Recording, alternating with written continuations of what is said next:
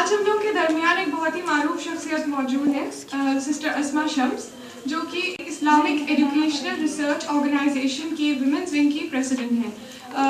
IERO کے اور introduction کے لیے اور سسٹر اسما شمس کے انٹروڈکشن کے لیے میں اب دعوت دیتی ہوں سسٹر شبنم رحمان کو۔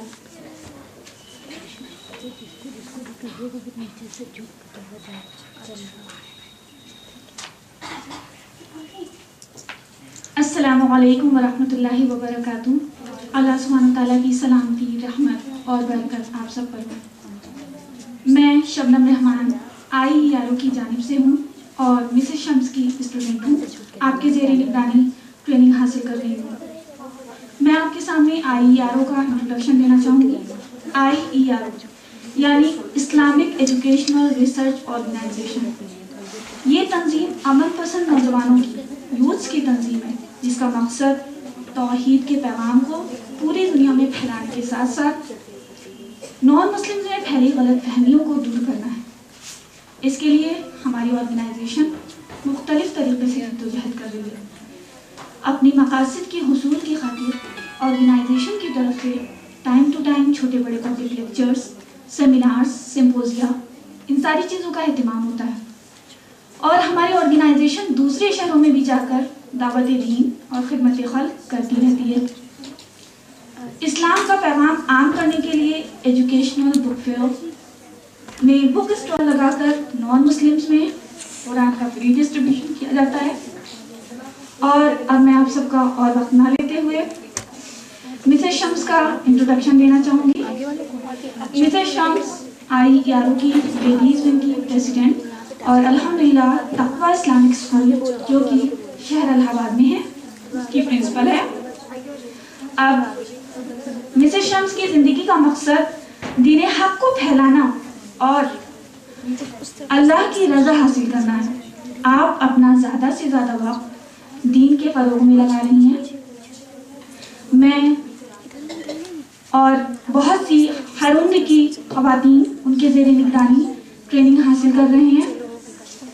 مسز شمس اپنی مصروفیت میں زیادہ ہو جانے کے باوجود بھی اپنا کام بخوبی انجام دے رہی ہیں۔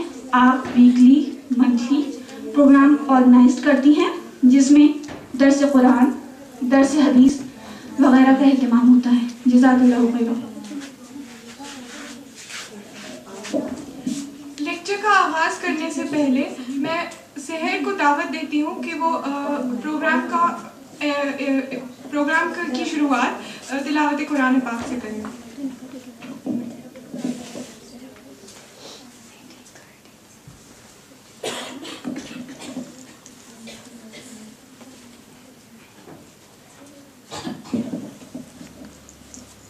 السلام علیکم۔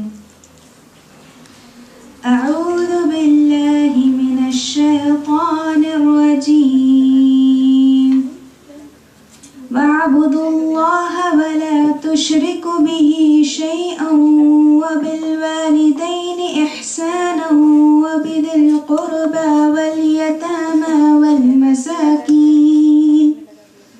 والمساکین والجار ذی القربى والجار الجنب والصاحب بالجنب وابن السبیل وما ملكت أيمانكم إن الله لا يحب من كان مختالا فخورا الذين يبخلون ويأمرون الناس بالبخل ويكتمون ما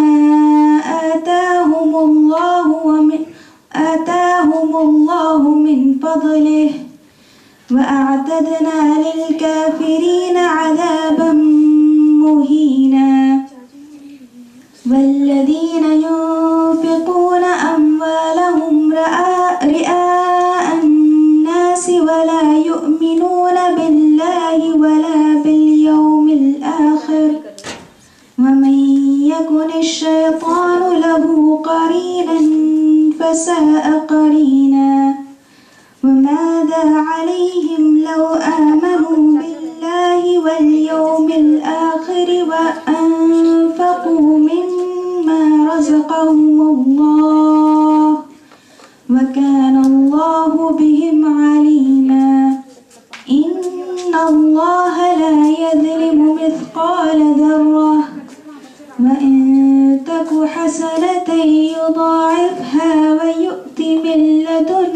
أجرا عظيما. اور اللہ کی عبادت کرو اور اس کے ساتھ شریک نہ کرو کسی کو، اور اچھا سلوک کرو ماں باپ سے اور قرابت داروں سے اور یتیموں اور محتاجوں سے اور قرابت والے ہمسایہ سے اور اجنبی ہمسایہ سے اور پاس بیٹھنے والے سے اور مسافر سے جو تمہارا غلام یا کنیز ہو جو تمہارا غلام یا کنیز ہو. بے شک اللہ اسے دوست نہیں رکھتا جو اترانے والے بڑھمارنے والے ہوں. اور جو لوگ بخل کرتے ہیں اور لوگوں کو بخل سکھاتے ہیں اور وہ چھپاتے ہیں جو اللہ نے انہیں اپنے فضل سے دیا، اور ہم نے کافروں کے لیے تیار کر رکھا ہے ذلت والا عذاب. اور جو لوگ اپنے مال لوگوں کے دکھاوے کو خرچ کرتے ہیں اور ایمان نہیں لاتے اللہ پر اور نہ آخرت کے دن پر، اور جس کا شیطان ساتھی ہو تو وہ برا ساتھی ہے. اور ان کا کیا نقصان ہوتا اگر وہ ایمان لاتے اللہ پر اور یوم آخرت پر اور اس سے خرچ کرتے جو اللہ نے انہیں دیا، اور اللہ ان کو خوب جاننے والا ہے. بے شک اللہ ذرہ برابر ظلم نہیں کرتا، اور اگر کوئی نیکی ہو تو اس کو کئی گنا کر دیتا ہے اور دیتا ہے اپنے پاس سے بڑا ثواب. صدق اللہ العظیم.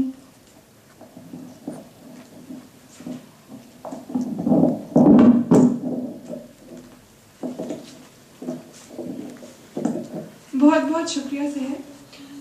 ہم لوگ کے دماغ میں اکثر یہ سوال اٹھتا ہے کہ آج کل کے دور میں ہم کس کو اپنا رول ماڈل بنائیں. ہم لوگ چاہتے ہیں کہ ہم لوگ اسلام کو اور کریئر کو بیلنس کر کے چلیں، تو ہم لوگ کس کی لائف سے انسپریشن لیں جس سے کہ ہم لوگ کو دین بھی حاصل ہو اور دنیا بھی حاصل ہو. آج کا جو موضوع ہے وہ ہے who should be a role model. تو اس عنوان پہ روشنی ڈالنے کے لیے میں دعوت دیتی ہوں سسٹر اسما شمس کو.